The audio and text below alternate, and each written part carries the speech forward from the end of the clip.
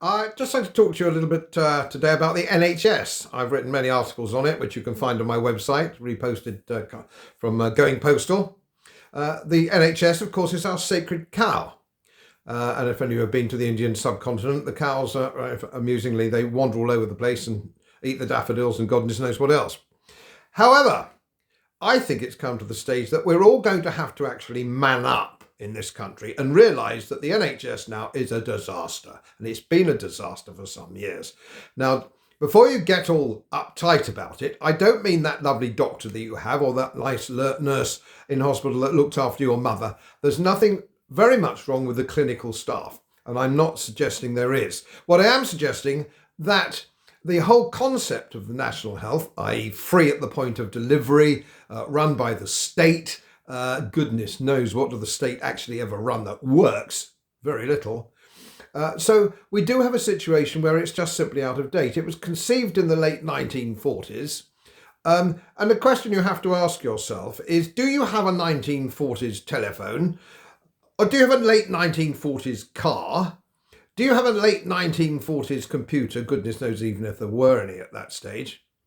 Look, it's just past its sell-by date, and we all have to watch those old programmes, Doctor at Large and Doctor in the House. It's a different game then. It was very professional at every single level, and the hospitals were run by the dean, the matron, and the chief surgeon. And they would meet maybe once every fortnight for a cup of coffee and point out what was right or wrong. There were not 600,000 pen pushers or people of non-clinical experience within the NHS at that time. Now, there are 2,200 people, 2,200,000 people, roughly speaking, who work in the National Health Service or in and around the National Health Service, only half of whom have any clinical responsibilities or training whatsoever. This clearly is absurd. Imagine your football club, let's say you're a Manchester United supporter or whatever it is, or an Aston Villa supporter, and you had a squad of 20 players and 20 managers. It's bullshit. It can't work. And free at the point of delivery is doomed to failure in the modern world. And of course, I just noticed, yet again, I seem to be having a pop at reform. Somebody accused them maybe of privatising the National Health Service, and they were up in arms. No, we're not. We have no intention of privatising. Well, what are they going to do? What is their plan? Because we can't go on as we are. Something's going to have to be done. Now, the reason that you get value for money at Aldi or Morrison's or Tesco is because they're all represented on the bloody high street or out-of-town shopping centres. They have to compete with each other. It has to be good. The service has to be good. The prices have to be keen because people can easily go somewhere else. With the NHS, you can't go anywhere else. So broadly speaking, of course, institutionally, they don't give a shit. Now, I know I've got lots of friends who are surgeons, nurses, radiographers. My wife worked for the National Health Service for a while. She's a physiotherapist. They're all jolly good and they all work very hard, but they are working within a system which is anachronistic. And we've got to face it up sooner or later. Also, people are having access to the NHS, and it was never designed for them to have access. You paid your stamp, was the idea. You paid your stamp, and if you were up to date on your stamp, you're entitled to healthcare free at the point of delivery. Those days have long gone. It's come one, come all. It's full of foreigners tapping it up, and not even poor foreigners, sometimes illegal foreigners, goodness knows what else. And it means that you and your family aren't getting the service that you're paying for. It might interest you to know that if you divide the cost of the national health by the number of people in this country, including kiddies and all the rest of it, you'll find it's round about £2,000 a head, just over £2,000 a head for every man jack of them. It's not free. This business, oh, we've got this wonderful free health service, it's bloody expensive. It's horrendously expensive. And it's got to change before it totally collapses.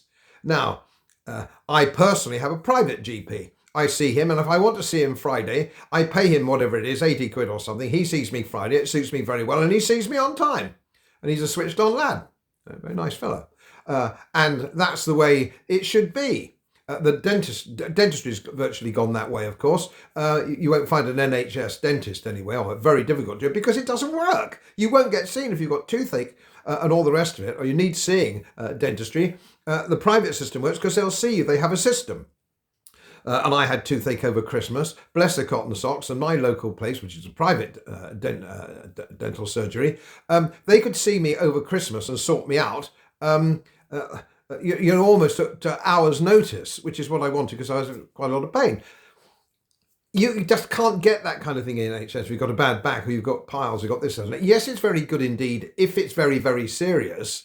But if it's in the main, it's not serious. It's just that you need treatment of some description and you need things checking out.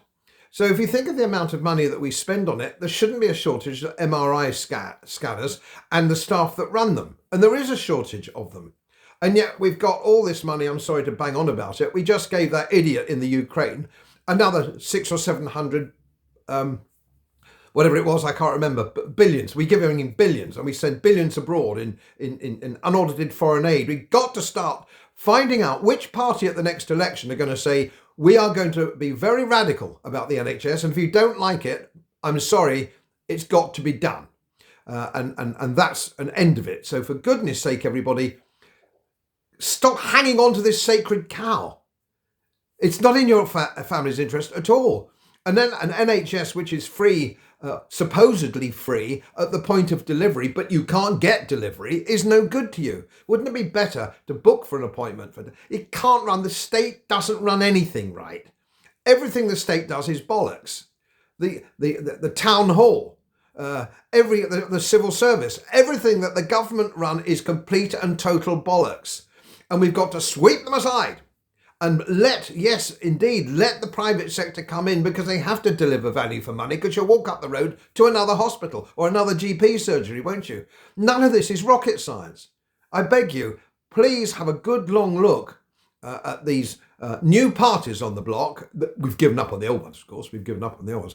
These new parties, and say, why are you so frightened of our National Health Service being run as efficiently as Tesco or Aldi or all the others, for goodness sake? Or am I missing the point somewhere? As most of you know, my work is very heavily independently research-based, and I get my information from all over the world. It would help if you press the subscribe button and the little bell next to it, because the more subscribers I have, the more likely it is that international independent research institutes will share their material with me. It's most helpful, and then of course I automatically share it with you. So, surprise, won't cost you anything. Thank you very much.